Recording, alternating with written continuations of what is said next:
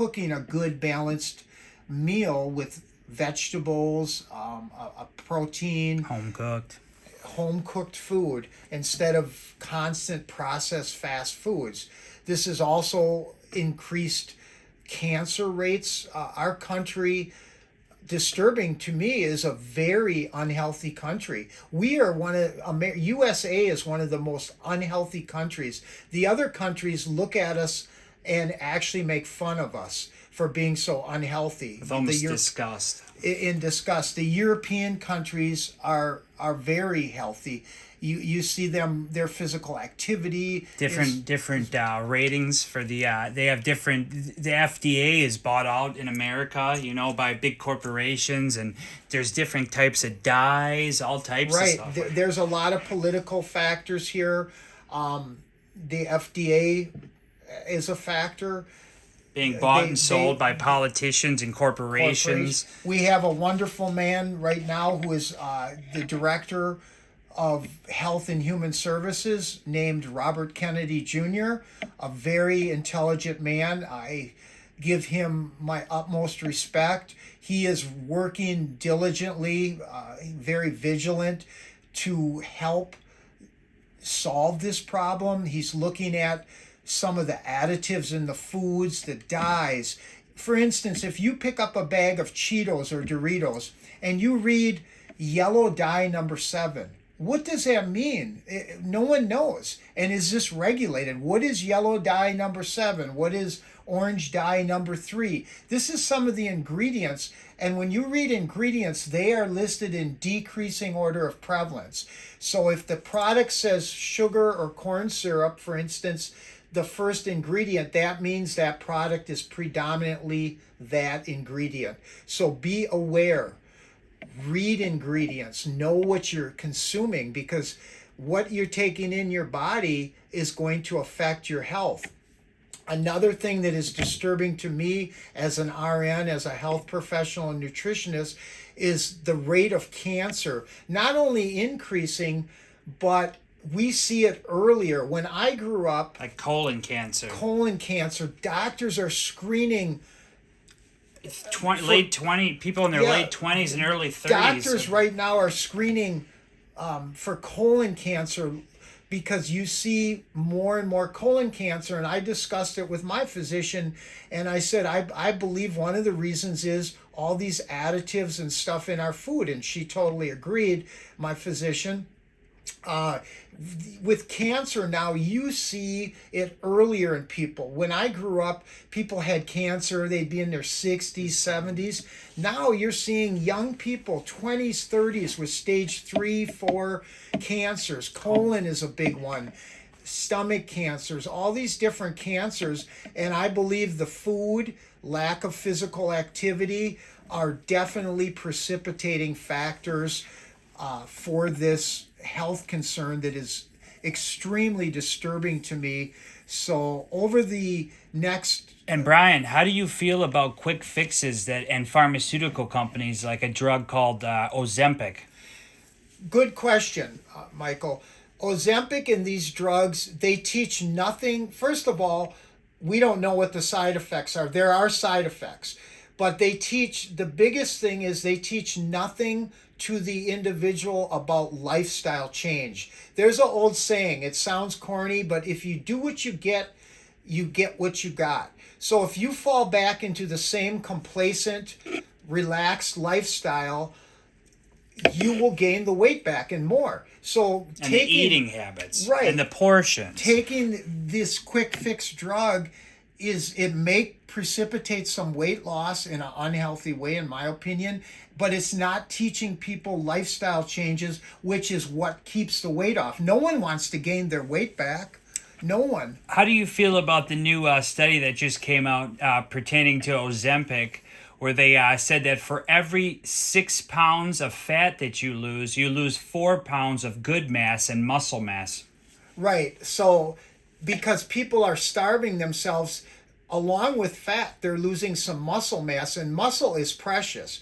Muscle, especially in older people, as you age, when you lose your muscle mass, you lose your ability to maybe get out of a chair, to Use the walk. bathroom, clean Right, yourself, right. hygiene. Muscle exercising, taking in enough protein and healthy foods is what preserves your muscle mass, along with some light resistance training, some cardio for your heart.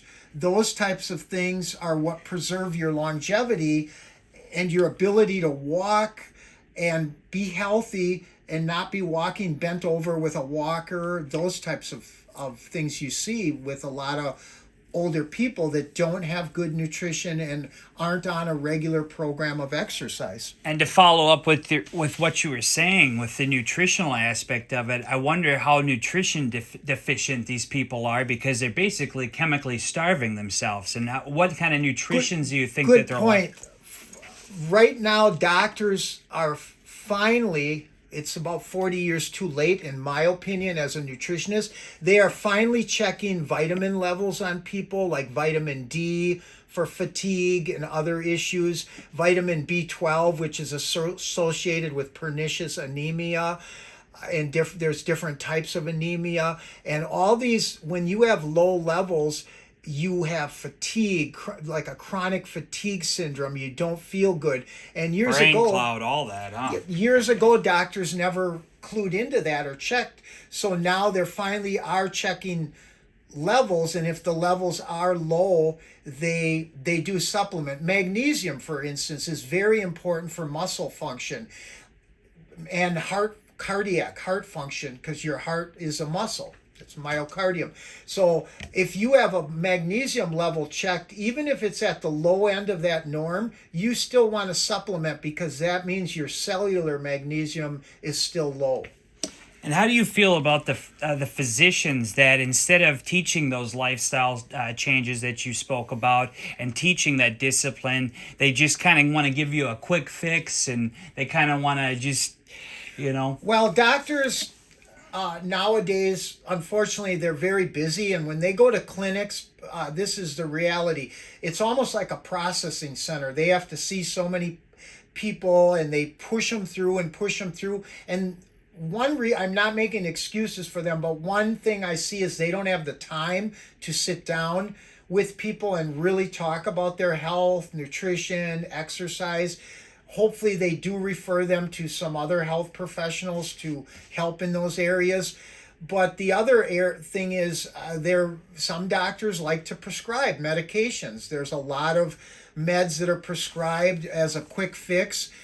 Do you think there's kind of like a kickback incentive for the doctor? I believe there could be. I can't say for sure, but I believe there could be for prescribing all these medications, because you see every commercial on TV now is for some medication to get on. Get on this medication. Every medication you take, you have to understand this. It has a side effect. You rob Peter, you pay Paul. There is a side effect. Even OTC, over the counter. If you take too much Tylenol, it will affect your liver. It's very liver toxic. As a matter of fact, they were thinking of making Tylenol prescription. It's so liver toxic. Interesting. Ibuprofen, great anti-inflammatory. Too much, kidneys. Every medication you take orally by mouth is going to pay your liver and your kidneys a visit. Your kidneys, simply speaking, filter. Your liver detoxifies. That visit might not be a good visit. So if you take too much over a period of time, it will adversely affect those organs and your health overall. And Brian, even from like a mental health perspective, with these kids being so nutrient deficient and eating the wrong kinds of processed foods and chemicals, what would you say, what kind of effect do you think that it has on our children's mental health? Oh, absolutely. The dyes in the foods and eating processed foods and not eating fruits and vegetables definitely affects their mental health, because there's fatigue.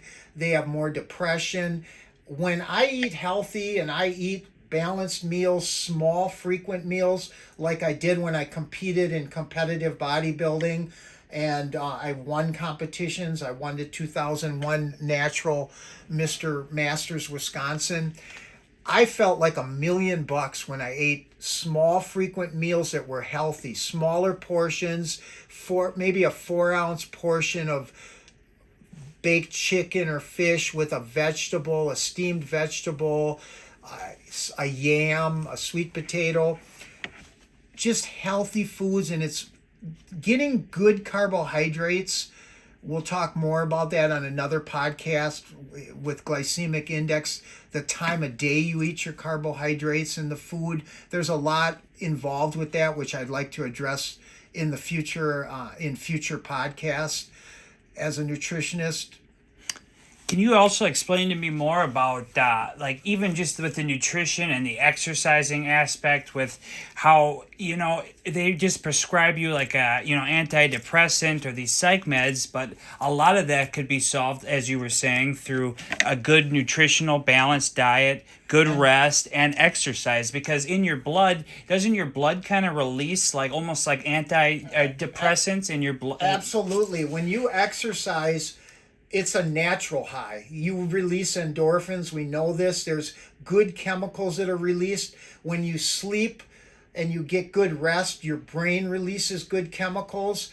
A lot of these antidepressants, they don't even know if they work. Some are paradoxical. Years ago, they were prescribing antidepressants to teenagers to prevent that had suicidal ideations, and they actually had a paradoxical effect, meaning the opposite. They became more suicidal with these antidepressants, and they really don't know the mode of action if they work. We know exercise works. If you have a regular, consistent program of exercise, you remain disciplined, that is a big flex. Getting to the gym, the consistency, the discipline, or getting your exercise in every day, even if it's a half hour in your home on a treadmill, at a gym, move your body, right? Keep it moving, because you're increasing your circulation, your blood flow, so you have better blood flow to the brain, to all your organs. It's been proven people's mental and physical health is extremely improved through regular physical activity and a good nutrition plan. I even believe that, as you talk about, good rest, good exercise, good nutrition, that, the uptick in school shootings, and I know it's not a good topic that a lot of people want to talk about, but I wonder if almost the bad nutrition and lack of exercise and lack of social connection through exercising and having a gym buddy, I wonder if that's almost like a contributing factor to all these school shootings and all this uptick in gun violence in the schools. Because I think if people are more disciplined with their life and they have a healthy outlet, as exercise is, or going to a fitness center and exercising, interacting with other healthy people, builds eating confidence. they will be more self-confident, and they will feel better about themselves. There's many factors to mental illness. I believe these school shootings, the people are extremely disturbed, unfortunately, and there's a definite component of mental illness there.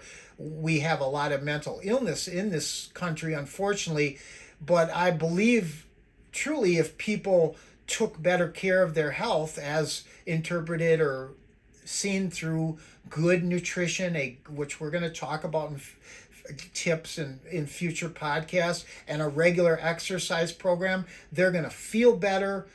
They're going to feel better about themselves, and look better. They're going to overall, it's going to increase their mental and their physical health. So with improved mental health, you're less likely to be depressed and do bad things. Sure, I agree with you. I do believe it's a mental health aspect, but I do also believe that it, just due to being so sedentary with our children and not having the good nutritional balances and the lack of all these nutritional balance and the confidence of being in good shape and feeling good and getting that natural high, I think that a lot of those factors, not all of them, like you said, it was a very mental, there is mental health issues that are just, some people you have a genetic, or they have a lack of some kind of a, whatever. I understand that, but I just think that a lot of it could be limited with not a lot, but a good portion of it could be limited with the amount of with exercise and with like having a gym buddy and like that community and actually leaving your house and getting the sun on your skin and going to the gym and having that community, that healthy environment. I think that could really not completely limit it, but have an impact on how the massive rise in school shootings and just the overall depression of our youth due to social media. Oh, interestingly enough, you mentioned getting out in the sun. The sun is a source of vitamin D. Vitamin D is actually a hormone that's produced from the sun, ultraviolet. So you need vitamin D. And they've done studies where people who live in climates where they don't see the sun a lot have a higher rate of depression and suicides. These are studies with a lot of credence. The other thing I wanted to mention is, ironically, in 2008, I did an article on childhood obesity that was published in the newspaper. And that's cool. 2008, ironically, President Obama was elected that year for his first term, and he and his wife, Michelle, did crusade for childhood obesity, which I feel was a great cause. They were met with resistance. People were recalcitrant to some of these changes. Was it the school system or the parents?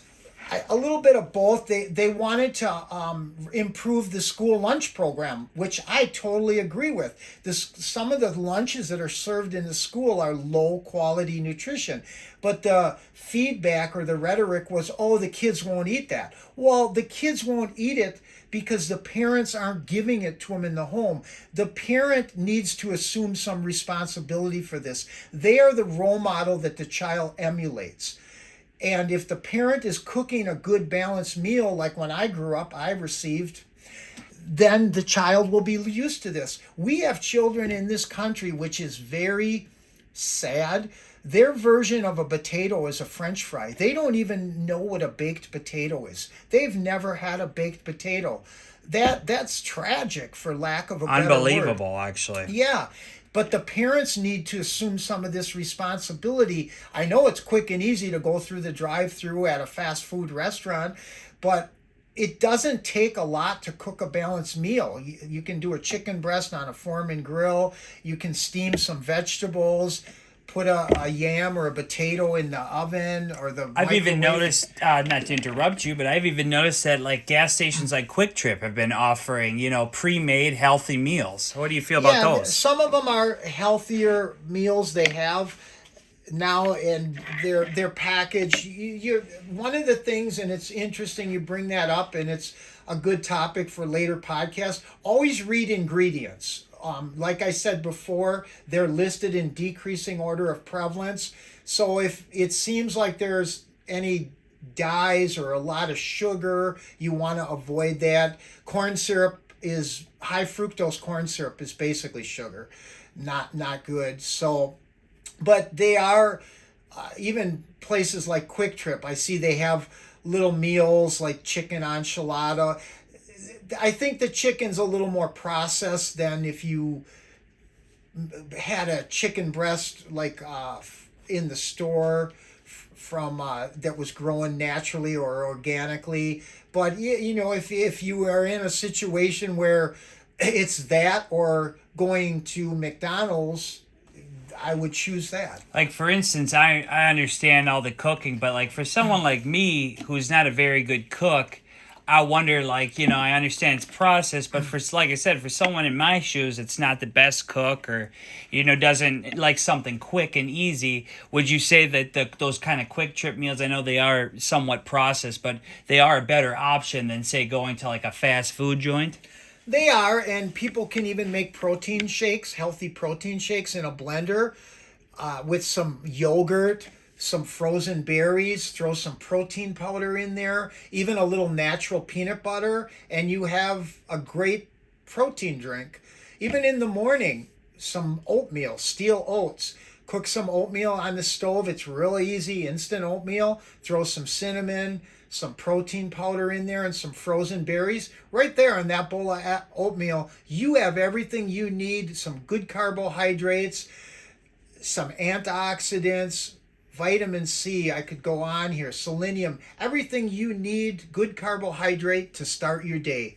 And you want to get most of your carbohydrates in the first part of your waking day. You should get 80% of your carbohydrates in the first part of your waking day. As the day goes on, you want to wean them down, because carbohydrates, when you take in too much and you overload your glycogen stores, which are in the muscle and liver, the rest, simply speaking, without going too far into the depth of it, the physiology would be converted to fat. So later in the evening, you don't want a lot of heavy carbohydrates, complex carbohydrates like pasta, rice, potatoes, that type of thing. What time of the day do you think should be our last? Sorry to interrupt you, Brian, but I was just wondering, like, what time of the day do you think would be like your last meal? Oh, good question. When I did my competitive bodybuilding and I had to get in top shape, I would cut off my carbohydrates at about 6 o'clock at night.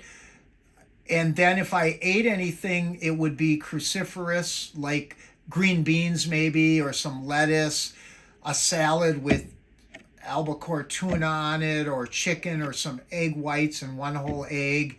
And maybe the type of vegetables would be lettuce, maybe tomatoes, some Beans, broccoli. yeah. Beans are more of a protein, but good point. Beans are a protein, but I would, for my protein, I would use eggs, boiled eggs, one whole egg, so it's a complete protein. Egg whites, chicken or tuna. What's not to get too far off, because you're listing off some great not only habits but great disciplines and great kind of nutritional foods to eat, vegetable wise and meat wise. But I also wondered, what's your opinion on like fasting and stuff like that? I think it has a place as detoxifying. When you fast, I wouldn't go over 48 hours. I would drink water. The one thing my concern would be, it's a cleansing. When you fast, I would worry about electrolytes. Electrolytes like potassium or sodium. So you could get 0-calorie electrolytes, like from like Propel, things like that, and supplement those electrolytes. Drink plenty of water. And I would not go over 48 hours. 2 days would be my maximum. I have a friend, she does 7 days, but I think that's a bit overkill. She's fine when she does it, but 48 hours, which is 2 days as a cleansing. Some people intermittent fast. So if you eat your last meal at 6 o'clock at night and you don't eat anything till 7 or 8 the next day, that's 14 hours of fasting. Always drink plenty of water. I've even heard that through fasting that your body actually eats bad cells, like bad cancer cells, and it'll eat your fatty. Like it'll kind of help you get rid of. It helps your body kind of cleanse from like. Yes, it is a good cleansing. Like I said, I think from what I've read on it and what I've thought about it as a nutritionist, I feel 48 hours is optimal, and drinking water and supplementing electrolytes, because you don't want to deplete your electrolytes, because that can precipitate or cause heart arrhythmias. So you want to, especially if you're exercising and you're perspiring, there's an insensible loss of potassium and sodium that way. Potassium is mainly lost through the urine, but it can be lost through sweating too, if you're going in saunas or working out and sweating. That's very interesting, Brian. I appreciate that. I was also wondering, like, I know we have Robert Kennedy as our health secretary, and I know, thank God, we have him and someone who he's a godsend. Good. In my opinion, as a nutritionist, when he was elected in that position, I'm like, thank you, Jesus, my Lord and Savior. Didn't you even give him? Didn't you write him a letter? I did. I just recently, within the last 3 weeks, I wrote a letter to him, commending what a good job he's doing and giving him a little background on myself, how I've been involved. My passion for food and nutrition goes way back to 1977. It started when I started competitive bodybuilding, and then I went away to college and played hockey when I was getting my dietetics degree. So this has been a lifelong passion. So I'm 68, so we're talking from 19 to 68.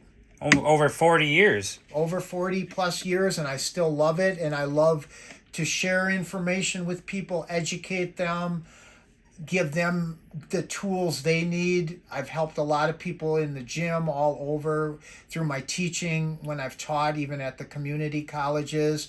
I do some teaching now for a man who owns some group homes. So I'm constantly spreading health, nutrition, and still working in the field. Still working in the field, and I try to be a role model myself. I still work out. I go to the gym. Help the young kids. Yep, and I'll help young kids that are trying to, whether they want to compete or just get in better shape. I try to give them good advice on their nutrition and their training so they adhere to good form and don't get injured. That's awesome, Ryan. Not to get you off that topic, because I really enjoyed everything you were talking about with the Kennedy and how you're helping kids and your 40 plus years in nutrition and bodybuilding. But wasn't there also an article even written about you in the local paper about childhood obesity? Yes, I referred to that in 2008. The article was written, and President Obama was elected right after that for his first term, and that was one of the things he and his wife Michelle did crusade for, and I applaud that, because as a nutritionist I was alarmed by the rate. Obesity has tripled since I've grown up in this country. Unreal. And we have children now, Michael, that are 14 years old, and they have insulin resistance from their pancreas because of extra weight. At 14? At 14, and some of them are being diagnosed with diabetes. And diabetes is a disease that is very dangerous. If it's not controlled, it will ravage the body. The comorbidities are devastating with diabetes. Can you tell me some of the ways that the diabetes would ravage your body? Well, if it's not, there's no cure. It has to be controlled through blood sugar management, insulin. The pancreas is getting lazy. It's not producing enough insulin, or in some cases it's shut down, no insulin. So some of the comorbidities caused by the diabetes would be kidney issues.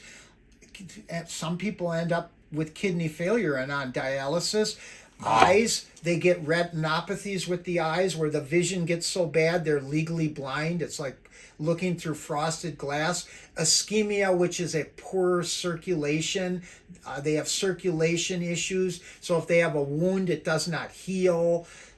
More propensity to peripheral vascular disease, and they can actually lose limbs and end up on dialysis machines. So it is a disease that is very debilitating, and it will ravage the body if it is not controlled. It's right under there with cancer as far as taking people out with the comorbidities. Wow, that's interesting. Now, not to get off the topic that you're just on, it's so interesting that you talk about your article and and how you've contacted Kennedy and everything you've done over your 68 years almost of health, wellness, and nutrition. I was just kind of wondering, to finish up our first podcast and wrap it up, one last question I have for you. What kind of ways do you think we can, other than this podcast, of course, what other ways do you think that we can kind of reach the children and kind of teach them about not only the effects from poor health, nutrition, and exercise, but how can we reach them? What kind of media formats do you think we should use? I think it's through education on podcasts, social medias. The parents need to be involved in that because they're the ones cooking the food. Take time to cook healthy, balanced meals. It doesn't take that much time to make a chicken breast, a vegetable, and a starch. Eliminate soda. 1 12-ounce can of soda is 150 empty calories of sugar. Wow. And increases the risk of dental cavities.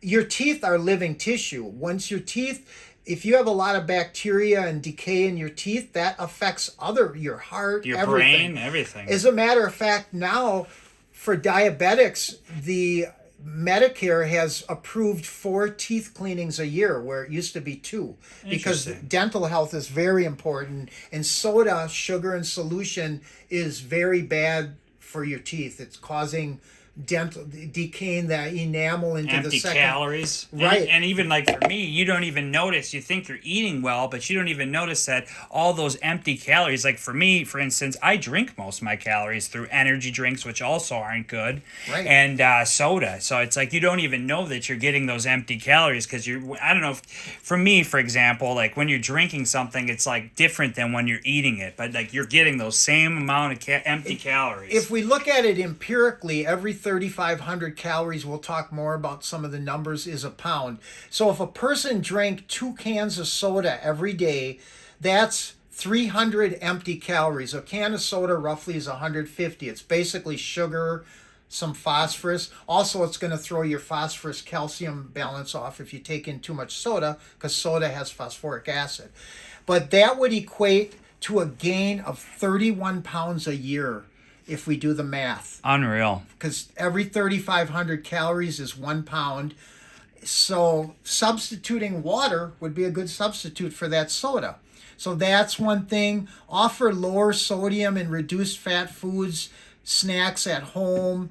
The parents have fruits and vegetables available for the children. Urge school officials to put healthy choices in vending machines and on the lunch menus. If children learn to eat healthy and good food choices at home, they will be able to make the same food choices at school. That was the problem. The parents weren't giving them the good food, so they were turning their nose up at when the schools tried to introduce healthier food choices. Bring physical education programs back into school as requirements to graduate. Really promote moving and physical activity. Kids nowadays are sitting in front of computers, video games, on Facebook, on their phones. They're sedentary. Exercise with your children at home. Be the role model if you're a parent. Get them involved in activities that keep them moving. You could get them involved in martial arts, dance, different things, so they're moving and doing something physical. Go play basketball with them, football outside, throw a football, or take a walk. Taking a walk is a great form of exercise, and it's a great way to think and collect your thoughts. So we have to assume responsibility for our own health. It's our responsibility, because all these unhealthy habits aren't just destroying people's health, they're costing an already overburdened health system billions of dollars when these people get sick with diabetes and all these problems, because some of this could be prevented through a healthy lifestyle. And that's why our medical costs are so high and the healthcare system is so overburdened. When I worked as a nurse, I will have to say, and I'm not saying this in a judgmental way, a lot of the issues I saw with people were self-inflicted. And I used to sit there and look at their chart, because I was a nurse in the hospital for 28 years, and look and say, gee, I wish I would have met this person 25 years ago and got them to embark on a healthy lifestyle with exercise and a good diet. Kind of a preventative. Right.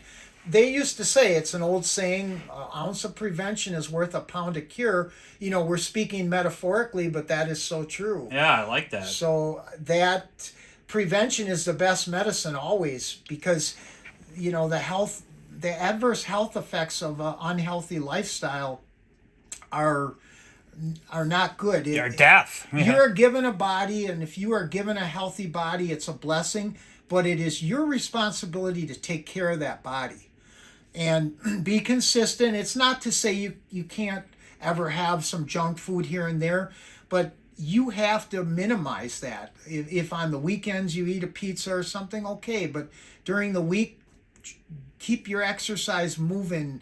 And small frequent meals. We're going to talk more about that. Hopefully you guys listen to my podcast. I will give you a lot of health and nutrition tips, being that I'm a master's prepared nutritionist and an RN, and I've been living this life for 48 years.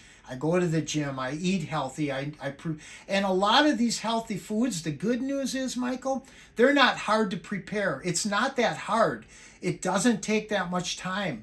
That little recipe I said in the morning with the oatmeal, or blending a healthy smoothie with berries, frozen berries or fresh berries and yogurt and some natural peanut butter and protein powder. When you eat like that, you start your day out like that, you feel great for the whole day. You'd be surprised, after about a week or two, you will feel a big difference in your energy level, your health, your mental awareness, your acuity. You will feel a lot better. They used to say you are what you eat, and That's true. that is true. You know, we speak metaphorically, but it is the actual truth. Well, thank you so much, Brian. I appreciate all the knowledge, and I have to say, you have a follower in me. I definitely, and your new podcast is Total Nutrition by Brian, Brian. and it can be found on YouTube as well. Yes, that's true. And I hope to bring a lot of nutrition topics and health topics in the future as a nurse, to help people with their immune system, to keep them healthy, because, as you know, there's a lot of bacteria, different diseases, and you know, when the COVID thing came out, it really put a lot of fear in people.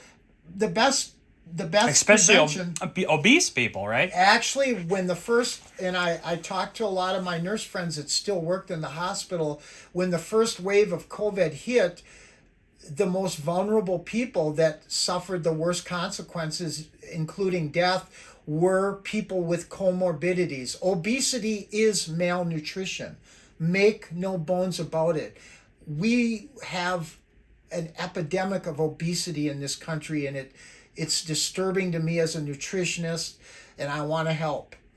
So obesity, diabetes, these were the people you saw that the COVID affected and killed them. It's like if an animal hunts, the weakest in the herd is going to go first. Wow. If a tiger or a lion is hunting a gazelle, a group of gazelles or a herd of gazelles, the weakest one is what they're going to go for. So when the viruses come, the diseases come, the pandemics, whatever vernacular you choose to use, the weakest are going to go first. Wow. And the weakest are the people that are the most unhealthiest, with the weakest immune systems and with all the comorbidities like obesity, diabetes. These are the people, and my nurse friends in the hospital confirmed it, that we saw die when that first wave of COVID, when it was out there in 2020. It was here before that, but that's another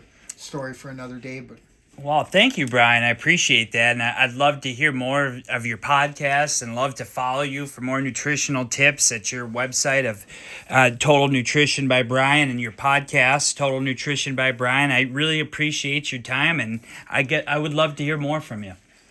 great. And I want to address health and all kinds of issues to help people stay healthier, not only through nutrition and exercise, but even health tips as a medical professional along the way I can give them. And I look forward to helping people, because that's what I've been doing all my life, and it's my passion. And I look forward to people seeing this and listening to me, so I can help them. And I welcome questions. Any question they can bring to me, I will answer elegantly to the best of my ability, and hopefully we can make a difference, because we need to, because right now the health of this country is very poor, and it's disturbing to me, and brilliant people like Robert Kennedy Jr. are working on it. So we have some good people working to make it better and to fix it, and that's a great thing. That's good to know, Brian. Thank you so much for your time, and I can't wait to hear more episodes of your podcast and YouTube channel. Thank you. You're welcome.